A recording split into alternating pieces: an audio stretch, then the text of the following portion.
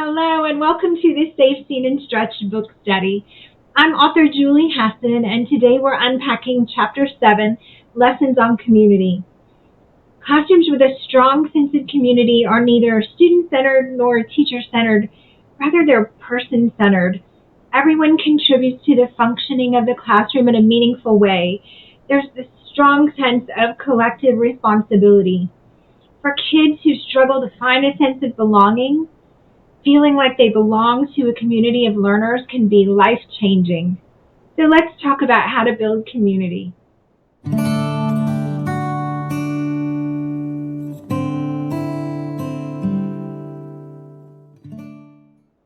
Sometimes students feel like tourists in a classroom. They come in, it may be a lovely, inviting space. They may enjoy the decorations and the things that are on the wall, but the relationships are transactional. So the teacher assigns a task, they do the task, the teacher grades the task. They comply with the rules, they run into no trouble. It's almost like visiting a museum. These don't tend to be the classrooms and the teachers that students remember. But on the other hand, students remember being in classrooms that feel like communities. In a community classroom, there's this shared sense of responsibility. Everybody takes responsibility for the functions in the classroom. They agree upon the norms and the ways that they're going to interact together in the classroom. They ensure that everyone gets what he or she needs. There's a sense that they rise and fall together, and they make sure that their actions don't negatively impact the other members of the community. One of my favorite examples came from a graduate student, Kristen, who told me about Mrs. Thomas's fourth grade classroom that they all named Thomasville.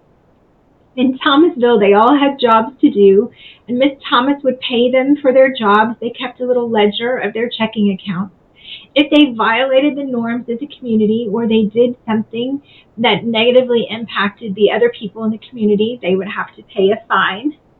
And at the end of the month, whatever they had in their checking account, they could use for some kind of special event or project.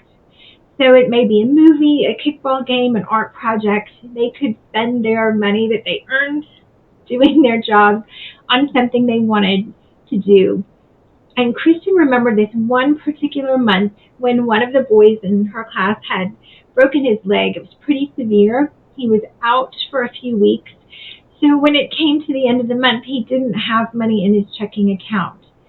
And they wanted him to be able to come to the movie too. So Miss Thomas said, if they wish, they could all donate some of the money they earned to help him attend the movie. And of course they did. And she said it felt really good to do something to help him, this other member of her community. And she said we learned to always figure out what someone else needed and think about what part we could play in making sure that need was met. I think that's such a beautiful example and a simple way to build a rich classroom community. Great classroom communities are inclusive communities, full of people with different strengths, needs, abilities, and preferences. And we recognize that these differences make our community stronger and richer. And I love this memory Amy shared with me about her third grade classroom with Mrs. Dean. She clearly remembers Mrs. Dean sitting the class down one day and telling them they were going to get a new student, Aaron. Mrs. Dean explained that Aaron had something called Down syndrome. She told the students what that was, and she talked about his needs. And Amy clearly remembers Mrs. Dean saying there's nothing wrong with him. His brain just works a little differently than yours. And she enlisted the help of all of her students in meeting Aaron's needs. So they all took responsibility for Aaron and they cared for him. Amy said when it was independent work time, we would take turns working with Aaron. She remembers one day sitting next to him when he was using his pencil to practice writing letters. It was hard for him and he got very frustrated. He threw his pencil and she did what Mrs. Dean had taught her. She redirected him and he recognized that he needed a break, and she said, Aaron, if you just write a couple more letters, I'll walk with you to the water fountain and we'll take a break.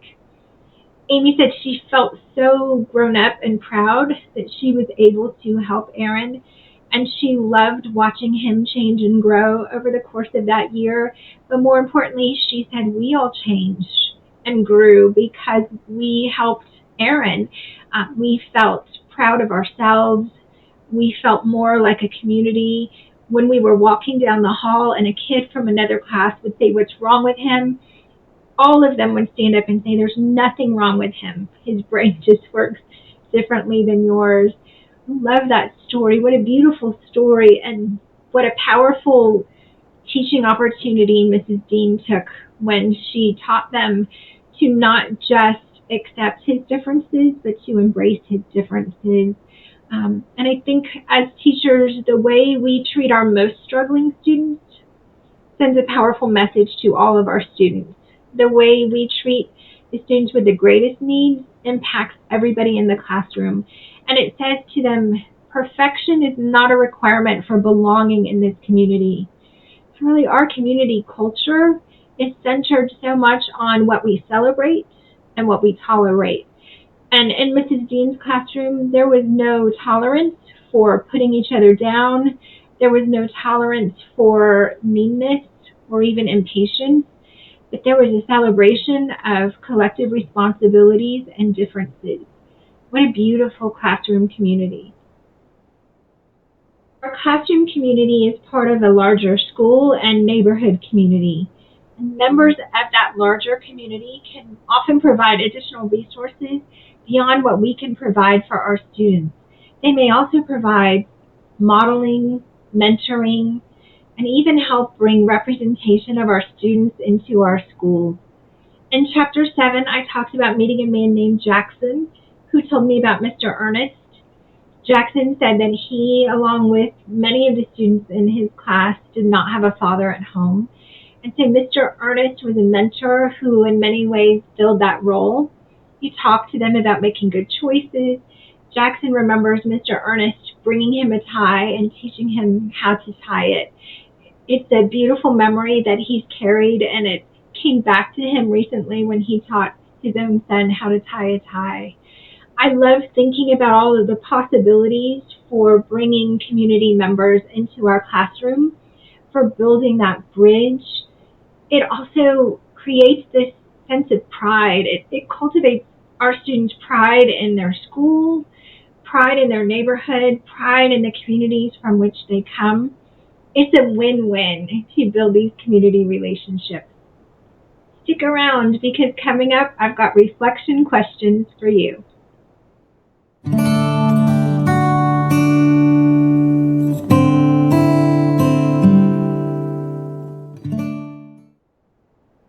Reflection question 1. What helps your students feel like citizens of your classroom community rather than just tourists passing through? What can you do to strengthen that sense of community in your classroom? Pause this video if you need to. Take some notes. Coming up, reflection question 2. Reflection question 2. How can you build an inclusive classroom community where differences make the community stronger? What might be the benefits of an inclusive community for all learners? Pause if you need to. Take some notes, because coming up, we've got this week's challenge.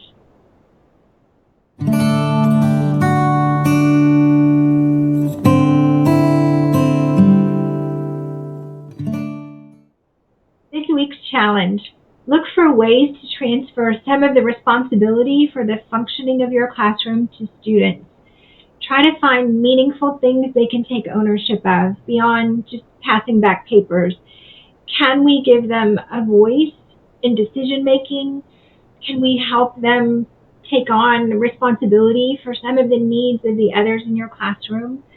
Think about how you can share that responsibility to try to create a classroom community rather than a place where students feel like tourists just passing through. I'd love to hear your ideas about building community. Drop them in the comments. Thank you for reading Safe, Seen, and Stretched. Thank you for watching these book study videos. We'll see you next week for Chapter 8. Don't miss any of our upcoming content. Subscribe to this YouTube channel. And we'd love it if you'd head over to Amazon and leave a review of Safe, Seen, and Stretched in the Classroom. It will help other readers find the book.